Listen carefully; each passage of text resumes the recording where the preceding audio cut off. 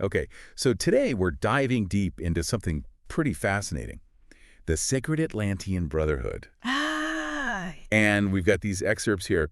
They outline the degrees of this brotherhood. And I gotta say, this whole idea of a path to self-discovery laid out in these degrees, yeah. it's pretty captivating. Yeah, it Uh, is. It is. And it's really interesting how this path, this journey through the degrees starts with something so fundamental, unity. Right. That first degree, the degree of harmonious union, Mm-hmm. it sets up this sense of interconnectedness, this sense of being a part of something much larger than just ourselves. Right. And it's such a powerful place to start. Yeah, it reminds me of that feeling you get when you're looking up at the stars on like a really clear night, and you can really see them. And you're just kind of struck by how vast everything is. All your like little worries and stresses just seem so insignificant. It's like maybe that first degree is sort of reminding us to tap into that feeling of just being connected to something so much bigger. Yeah. But then we move on to the next degree, the degree of dualistic illusion. And things start to get a bit more complicated, don't they? They do, they really do. This second degree, it's all about challenging the way we see things. Okay. It's about recognizing that the way we divide the world up into these opposites, good versus bad, light versus dark, Mm-hmm. that it's all an illusion, ultimately. Okay. Imagine realizing that the way you always understood the world, like the very framework you've been using, it's not real. It's just a way we make sense of things, simplify them. Whoa. Yeah, that would really make you stop and think, wouldn't it? Yeah. Like how much of what we do, how much of how we live our lives is shaped by that kind of black and white thinking. We're always categorizing and judging, labeling things. It's true. And to break free from that, to see past those limitations, I mean, that must be a pretty massive shift in perspective. Oh, absolutely. And the text seems to suggest that this shift is crucial. Like it's essential for moving forward on this path. It's about recognizing that there's this underlying unity that exists beyond all of those apparent differences. Hmm. It's like realizing that the coin itself, with its two sides, it doesn't actually even exist. Wow. Okay. Hmm. Mind officially blown. So we've gone from unity to duality being an illusion. Where does this journey take us next? Well, the next stop is the degree of Divine Trinity. Okay. This idea that existence has a triune nature, Right. the creator, the creation, and then that divine spark that exists within each of us. Mm-hmm. And this is an idea that resonates across so many different spiritual traditions. I can see that. So it's about understanding how those three forces are connected, right? Hmm. The source, the world that we experience, and then our own inner divinity. Exact. There's definitely a pattern emerging here. Each degree seems to build on the last one, like it's pushing us to kind of expand our awareness further each time. Yeah. And speaking of expanding awareness, next we have the degree of illuminated light. Uh-huh. I can practically feel the light bulbs going off already. Huh. Right. This degree is about those aha moments, those sudden flashes of insight when everything just clicks into place. Okay. It's about accessing a higher level of understanding, a deeper truth. Yeah, I get that. It's like those times when you've been struggling with a problem, maybe you've been working on it for ages, and then suddenly the solution just appears out of thin air. Exactly. It's like some mental block has been removed, Right, yeah. and suddenly it all becomes so clear. Mm. But is it always that sudden burst of insight? Or could it be a more gradual process, a kind of slow dawning of understanding? Hmm.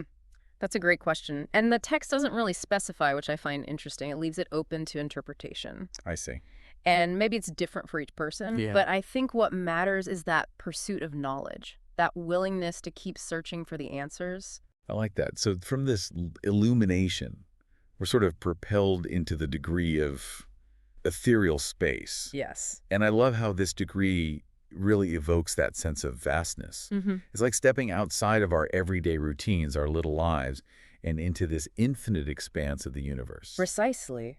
It's about recognizing the sheer scale of existence and then understanding where we fit into all of that. Kind of makes you question the importance of our everyday struggles, doesn't it? It does. It really does. It's like when you're feeling overwhelmed by, I don't know, your to-do list, all the stuff you have to get done, and then you remember that we're on this giant spinning rock hurtling through space, and suddenly all those deadlines and appointments just don't seem quite as important anymore. It puts things in perspective. It does, but I think it's also about more than just feeling small. I think it's about recognizing that we're all connected, everything in that vastness. Exactly. And from that feeling of cosmic connection, we then transition into the degree of unfolding becoming. Yeah. And this degree brings the focus back to the individual. Yeah. It's all about personal growth and the ever-evolving nature of who we are. Right. It's that reminder that we're not static beings. Right. We're constantly changing, growing, transforming. We're all works in progress, always becoming something new. Yeah, I like that.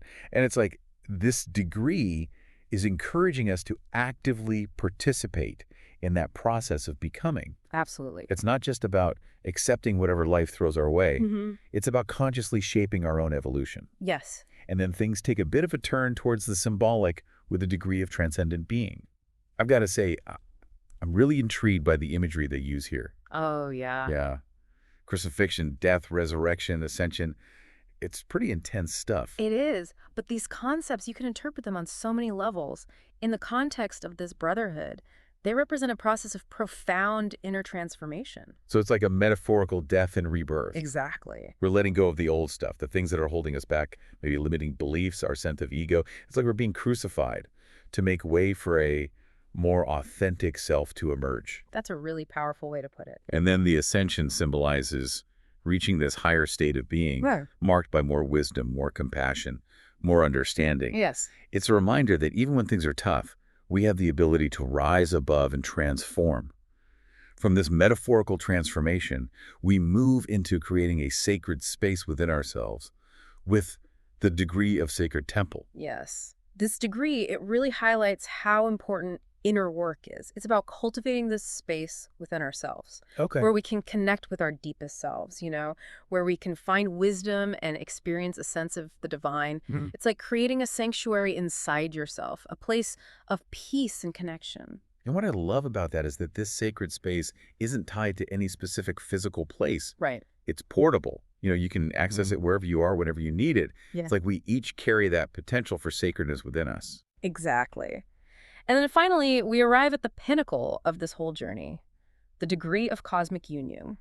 This is the ultimate goal, the complete merging of individual consciousness with the universal consciousness. Wow. It's achieving that state of oneness that so many mystics and spiritual seekers have talked about throughout history, a complete dissolution of boundaries, a total immersion in the infinite.